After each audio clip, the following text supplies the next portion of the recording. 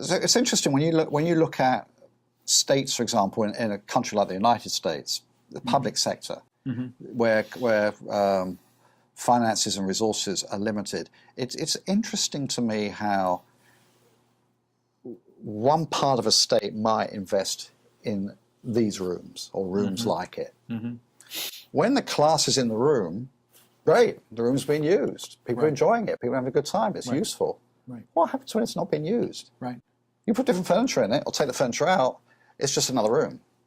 So it strikes me that when we're talking about resourcing and being, imaginative about how it might happen, you might say, well, why couldn't that same room be purposed for other needs? Maybe the judicial system in the state could use it. Maybe the transport department could use it for some of their meetings rather than all traveling along the roads they're building or repairing.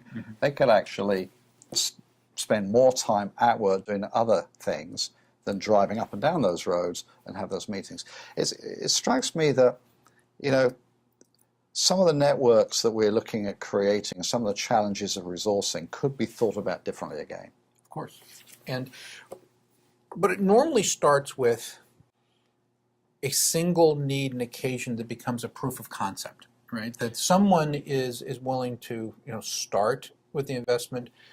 For instance, the work that we did with a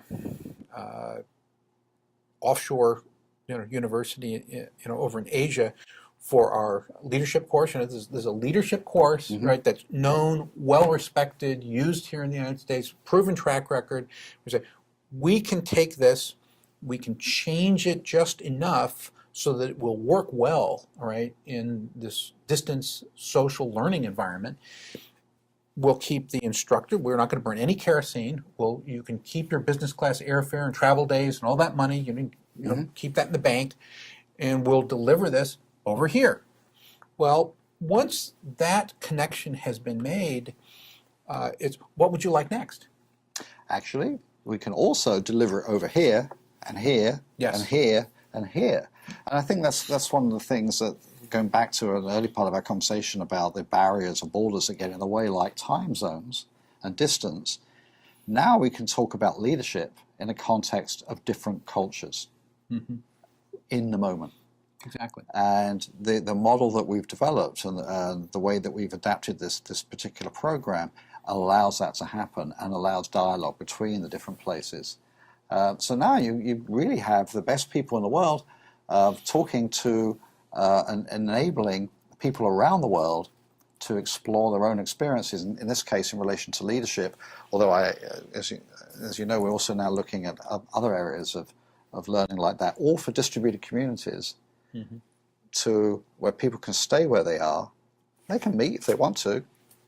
In fact, we can even structure that in a different way. But they can explore those differences, particularly if you're in a corporation, and you're looking at leadership and virtual teams and that kind of thing. How do you do that in those different environments? Well, you do it, you learn it the way you're going to have to do it. Distributed, different cultures, across distances, without having to travel.